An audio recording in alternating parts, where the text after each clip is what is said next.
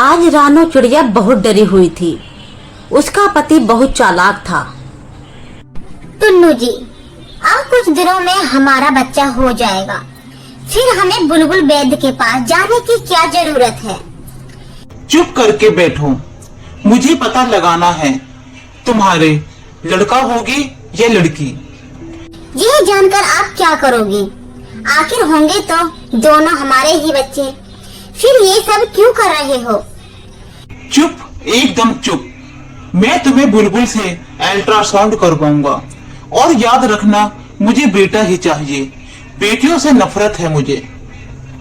हाँ बेटा, ये राने तो एक नंबर की पागल है, पागल। ज्यादा चू चू करी तो 2 लगा देना वहीं। आखिर पतियों के आगे भी इतनी जबान चलाते हैं ये नासपीटी। रानो चिड़िया चुप हो जाती है और टुन्नू जी चिड़ा उसे बुलबुल वैद्य के पास ले जाता है। लो बुलबुल वैद्य, पूरे 100 मकई के दाने हैं, अब जल्दी से बताएं मेरा बेटा होगा या फिर बेटी। देखो मैं बता दूं, लेकिन किसी से ना कहना, ये काम चोरी छुपके होते हैं। कहीं जंगल में फैला कर तुम मुझे मरवा दो। अरे नहीं नहीं नहीं, आप इस बात की बिल्कुल भी चिंता ना करें। यह बात हम तीनों के सिवाय किसी को भी पता नहीं चलेगी। फिर बुलबुल रानो को अपने साथ ले जाती है। बुलबुल, मैं बहुत टेंशन में हूँ। अगर मेरे अंडों से बेटी हुई तो मेरी सास और पति मुझे घर से निकाल देंगे। रानो, अब ज्यादा मत सोचो, अंडों से बेटा भी हो सकता है। मुझे अल्ट्रासाउंड करने दो। फिर बुलबुल रानो चिड़िया का अल्ट्रासाउंड करती है तो वह भी डर जाती है। रानो, तुम्हारे अंडों में से बेटी ही होंगी। हाय राम, अब क्या होगा? मेरे पति और सास को कौन समझाएगा? मैं मर गई। चिंता मत करो, मुझ पे इसका एक इलाज है। अब मैं जैसा कहूँ आपको वैसा ही करना होगा। मेरे साथ चलें। ऐसे बुलबुल वैद्य रानो चिड़िया के कानों में कोई बात कहती है और रानो चिड़िया मान लेती है।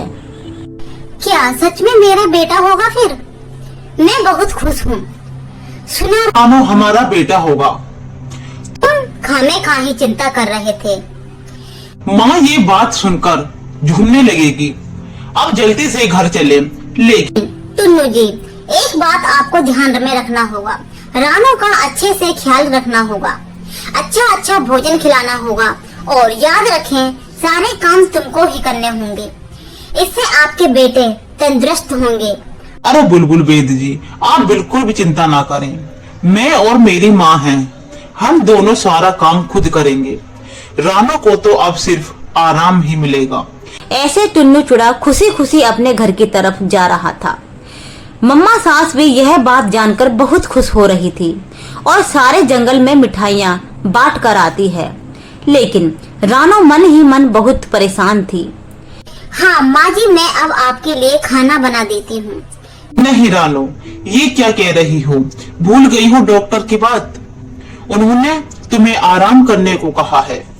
माँ, अब से आप खाना बनाओगी और मैं जंगल से मीठे मीठे फल लाता रहूंगा रानो के लिए। हाँ बेटा, क्यों नहीं? क्या मैं बूढ़ी थोड़ी ना हो गई हूँ जो भी घर का काम नहीं कर सकती? मम्मा सास रसोई में खाना बनाने के लिए चली जाती है और टुन्नू चिड़ा भी फल लेने के लिए जंगल की तरफ जाता है। वहाँ उसे गोरी और कालू मिलते हैं जो अपने बेटे के लिए फल लेकर जा रहे थे। क्या बात है टुन्नू, आज तो बड़े खुशी से झूम रहे हो, वरना हर रोज तो बेचारी रानो चिड़िया ही दाना खोजने के लिए आती है। गोरी कालू, आज मेरा बेटा होने वाला है, इसीलिए रानो घर पर आराम कर रही है। मैं उसके लिए फल लेकर जा रहा हूँ। लेकिन टुन्नू, तुम्हें कैसे पता कि तुम्हारा बेटा ही होगा? गोरी कालू, किसी से कहना नहीं। मैंने रानो का अल्ट्रासाउंड करवाया था। बुलबुल ने बताया कि उसे बेटे ही होंगे। तभी से मैं कहूँ, रोज बेचारे रानो ही भोजन लेने आती थी। अगर बेटी होती तो तुम्हारी शकल पर 12 बजे होते। ना जाने बेटा और बेटी को एक समान क्यों नहीं समझते लोग। बेटियां बेटों से बढ़कर होती हैं। भी अपनी बकवास बंद करो। तुम्हें तो बेटा है, तभी तो बेटी वाला लेक्चर सुना रही हो। अगर खुद को बेटी होती तब पता चलता बेटी होने से कितना दुख होता है। ऐसे टिन्नू चुड़ा आगे बढ़ता है और ताजे ताजे फल लेकर घर लौटता है। वह रानो चिड़िया की खूब सेवा करता है और ऐसे ही दिन बीत रहे थे। एक शाम रानो 2 अंडों को देती है। वाह रे वाह बेटा, हमारे 2 बेटे आने वाले हैं। अब मुझसे तो इंतजार ही नहीं होता। हाँ बेटे, मेरे पोते होने वाले हैं, वरना मुझे भी विश्वास नहीं था। अच्छा हुआ तूने अल्ट्रासाउंड करवा लिया। माँ जी, टुन्नू जी, कई बार अल्ट्रासाउंड की मशीनें भी खराब हो जाती हैं। अगर हमारे अंडों से बेटी निकली तो तू चुप कर जा, जब भी बोलती है मनहूस ही बोलती हो। हाँ बेटा, ये रानो की तो जवान ही कर्मजली है। मुझे तो डर है कहीं अंडों से बेटे ही न हो जाएं। नहीं माँ, आप चिंता ना करें, मशीन में अंडे चेक हुए हैं, डरने की कोई बात नहीं है। ऐसे दोनों माँ बेटा अपने अपने कामों में लग जाते हैं और 2 हफ्तों का समय बीत जाता है और रानो चिड़िया के अंडे से 2 बेटी चिड़िया बाहर आती हैं। वे बहुत सुंदर और प्यारी होती हैं। मम्मा चिड़िया उन्हें देखकर बहुत खुश होती है, मगर साथ ही वे दुखी भी हो जाती है। मम्मा चिड़िया, आप हमें देखकर खुश क्यों नहीं हुई? हम तो आपकी प्यारी बेटियां हैं, फिर आप ऐसे दुखी क्यों हो रही हो? मेरी बेटी, मैं आपको देखकर दुखी नहीं हूँ, लेकिन आने वाले संकट को लेकर बहुत दुखी हूँ। ना जाने तुम्हारे दादी और पापा आकर क्या तांडव करेंगे। मुझे तो बहुत डर लग रहा है। मम्मा पापा और दादी बहुत बुरे हैं। पता है बेटा, मैं तो आपके पंखों में छुप जाऊंगी। हाँ दीदी, मैं भी मम्मा के पंखों में छुप जाऊंगी। दादी माँ चुड़ैल की तरह आएंगी। तभी मम्मा सास घर के भीतर आ जाती है और टूटे हुए अंडों को देखकर खुशी से झूम उठती हैं।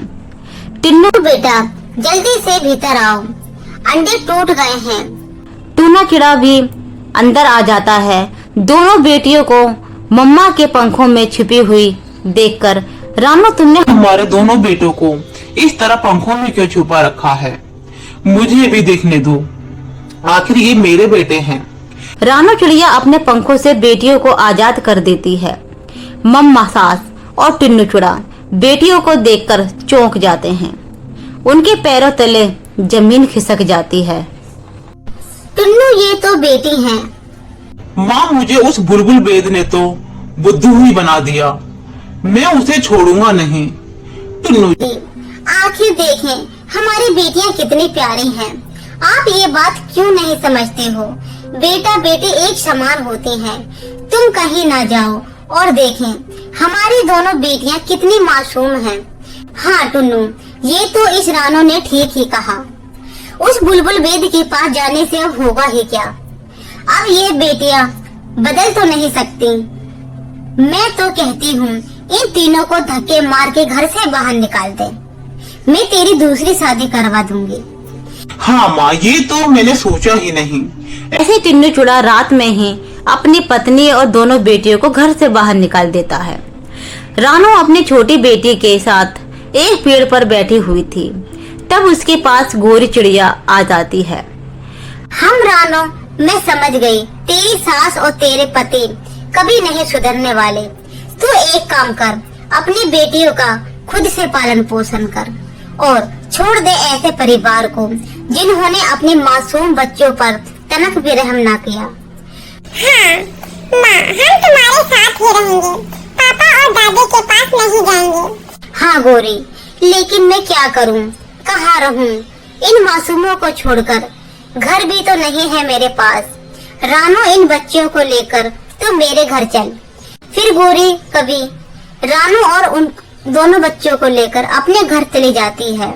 रानो को देखकर मुनमुन के पास जाती है। वह टेंट हाउस बनाकर बेचती है। मैं जैसे तैसे रानो को एक घर दिलवा कर लाती हूँ। बेचारी के पास छत भी नहीं है रहने के लिए। उन नासपीटों ने तो इसे घर से ही निकाल दिया है। हाँ पूरी, तुम जाओ, कहना पैसे की चिंता बिल्कुल भी ना करें, थोड़े बहुत पैसे मैं दे दूंगा। ऐसे गौरी रानो को मुनमुन टेंट वाले के पास लेकर जाती है। मुनमुन कुछ ही समय बाद उसे एक टेंट घर बनाकर दे देता है। अब रानो चिड़िया टेंट घर में रहने लगती है और अपनी दोनों बेटियों को अच्छे से पालन पोषण करती है। तो प्यारे दोस्तों, ये थी रानो चिड़िया और उसकी दो बेटियों की प्रेरणादायक कहानी। इस कहानी से हमें ये शिक्षा मिलती है कि हमें बेटा और बेटी में कभी भी भेदभाव नहीं करना चाहिए। आजकल जो काम बेटे करते हैं वही बेटियां भी करती हैं। तो दोस्तों, आपको हमारी कहानी कैसी लगी? अगर आपको हमारी कहानी अच्छी लगे तो चैनल को लाइक, शेयर एंड सब्सक्राइब जरूर करें और कमेंट में जरूर बताएं। आपका धन्यवाद।